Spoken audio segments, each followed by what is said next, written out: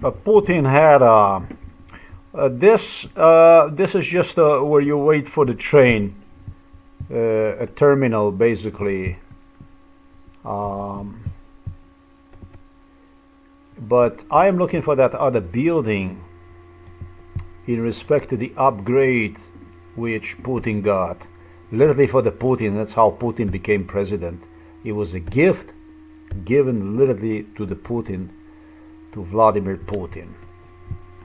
And well, for that gift that Putin got, I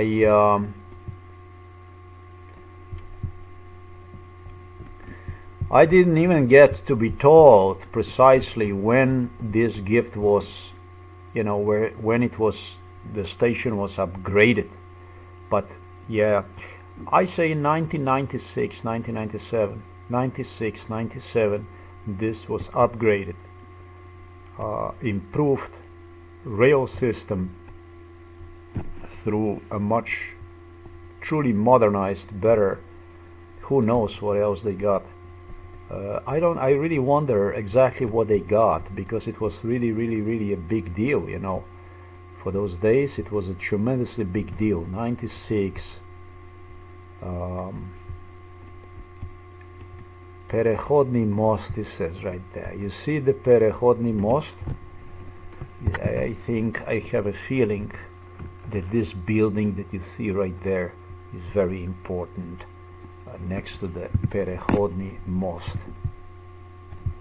Yeah, that building right there, I don't know why, but this is the building that bothers me a whole lot. This is the building where I was delivered. There was a lot of violence in there. This is what the key people from this train station are in the back. Might be that this is a central, whatever it is. They are running right from here, the whole thing. Maybe just the computer part, whatever it is. Whichever way they do it, this is like an administration, the main, like a military inside.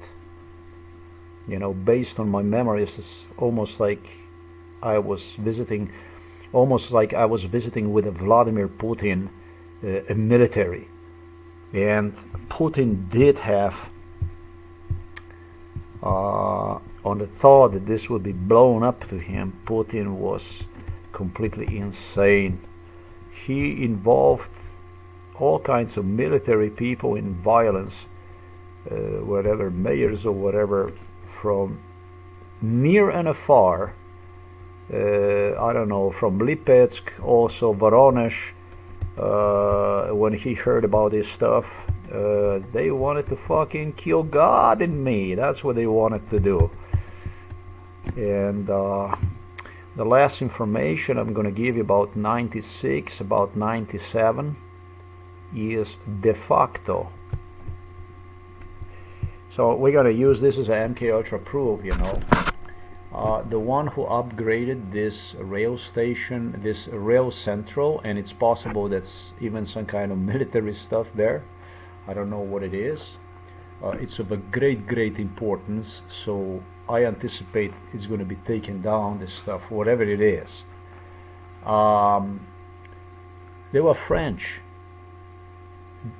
French modernized this Russian railroad station. So you have doubts about MK Ultra in respect to Kursk rail station, French modernized it. Now, Putin had a lot of threats, all kinds of military people follow up on me in respect to my statements. I don't know. This is how he was gathering his support, his core, his base of voters, supporters that he needed for this war in Ukraine. And that's why I would say, that rail station, that rail that it is, I don't give a fuck what you do with it, but do it. And let it be really, really bad one, so that this military people, they will remember me. I wish maybe I'm gonna even make it on time to Ukraine. But no, this war is not gonna end. It's not going to end anytime soon. I anticipate it's not the end of it. Now I'm going to demonstrate you the city that because of which all this stuff took place actually. This is Kursk, and down south there is a beautiful, beautiful, beautiful, beautiful city. It's called Rostov-on-Don. And Rostov-on-Don, this is administration unit through which people of Crimea are sentenced to death. This is where they have this court, a Russian court established. Putin prepared everything for the Crimean and Donetsk occupation, the people to be trialed and sentenced to death right through the Rostov-on-Don. This is where, the same like in Kursk, since the childhood, a lot of torture went on. And this is this city, Rostov-on-Don, extremely impressive city.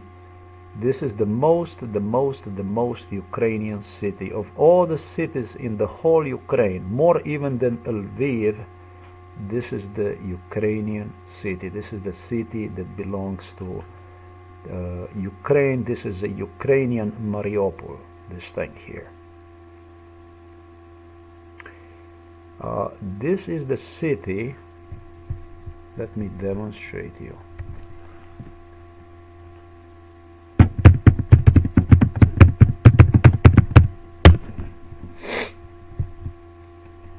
I'm gonna give this European ethnic map, 1938. Basically that one was from 1918. Yeah, that's better. I like that better because it still shows a heavy presence of Ukrainians here in this map. I like this better. Here you can see a heavy presence of Ukrainian people. It's gonna show this. Yeah, it is. Look at that, 4,500 whatever, 100 whatever. I have one saved anyways, but I want to use this one here. I'm going to give you a little history of Ukraine. Also to Ukrainians, I'm going to give a history of Ukraine so that you will understand. Yeah, this is not even a good map, this map, you know. Let's go here.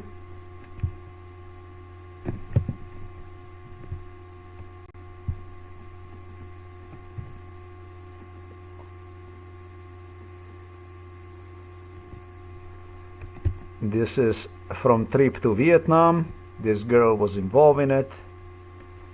This is the train. I don't know what is the name. Hanoi or whatever city in Vietnam that goes through the very narrow streets right next to the cafes, and tourists enjoy. This girl was involved in it. This one is from Colombia, and it was really Obama girl. Not quite Obama girl really, but this beautiful girl, Colombia, involved in MK Ultra. I'm just gonna put it that way. Obama, however, did assist it with the transportation on some occasions, and I'm not even sure whether he got the ability to study in the US or not. I don't know how that worked out for her. She did study in Colombia. Okay, this one here, this stuff here, 1917 map. I will explain to you why Rostov-on-Don is the most more Ukrainian city than any other city. This is Ukrainian Mariupol. This is a city of the Jesus Christ. I hope it will be. I hope it will be done to the Rostov-on-Don the same as was done to the Mariupol, and worse. I hope the Rostov-on-Don is going to be baptized. You know, I hope they're going to take the shit out of you, or I hope they're going to take you off the map. That's to the Rostov-on-Don. I don't give a three fuck about your violence and about your threats and so on. I'm going to try to find my way to Ukraine. And if you ever see me in Ukraine, then you know that your war becomes a real war. then you will understand that it's the hour that might be your last one on this planet. If you ever fucking see me in Ukraine during this war, in media and so on, that I appear, then you're gonna know that the real war started. That's when you're gonna know that you have nobody to lean on, to hang on to.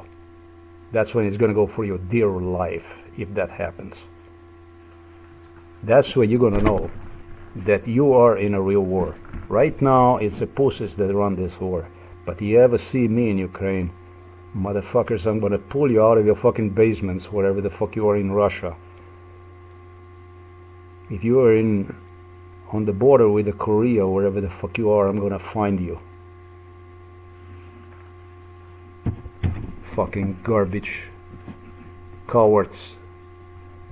This was the city that, thanks to Ukrainian stupidity, the same thing like the nuclear weapons that Ukrainians gave to the Russians, you know, they allowed the Russians to, this is a Don River here, they allowed the Russians to split Ukraine on half.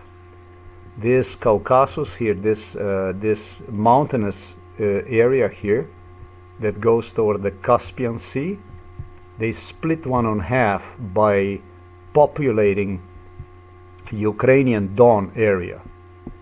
All along the Don they settled, all along the Don, and they pushed out Ukrainians.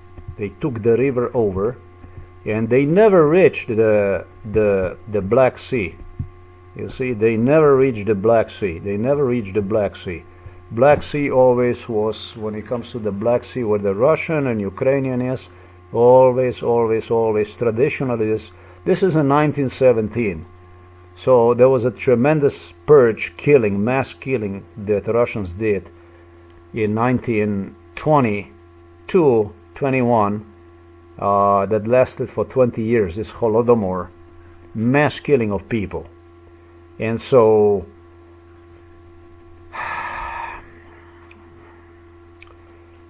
through this city, Rostov-on-Don, this is how the Russians entered the Black Sea.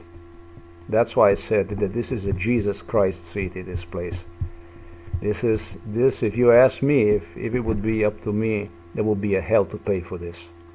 For this Ukrainian generosity, Ukrainian welcomeness, generosity, kindness, willing to share. And they did. They built Russia. They worked throughout the Russia, the rest. They work in the Siberia. They enlisted them in a military, in a Russian military. Ukrainians fought with the Japanese and the Korean troops in the area of where the North Korea is. That's why you have the Russians taking Sakhalin and all that. It was done through the Ukrainian, through the Ukrainians, literally. They built Russia all over, and in the end, and kind enough to allow this city, Rostov-on-Don, to establish itself, explode itself, this Russian settlement, and simply wipe the Ukrainian population of the map. Look, Sochi, Ukrainian, 100% Ukrainian. Everything, they were nowhere near Black Sea. Of course, the map prior to 1917 was more pink color than green, even much more Ukrainian. Yeah, the more you go back in time, the more this place was ethnically pure from Ukrainians. And so Ukraine, that extended all the way to Saratov and beyond, you know, was completely decimated, split on half through the Don River, and finally even pushed out of, as you see in 2025, the Russians already purified, the ethnically purified entire coastline from the Sochi all the way to Crimea and to Kherson. You see, there's a Kherson right there. That's where the border is. This is the new border that they have. So, you know, they ethnically purged, killed, cleansed people out like you would not believe. Look, Mariupol is already completely Russian. In 2025 is becoming completely Russian. With the little settlements they created, this was the city that powered everything. Rostov-on-Don, this was the main city. This was the city that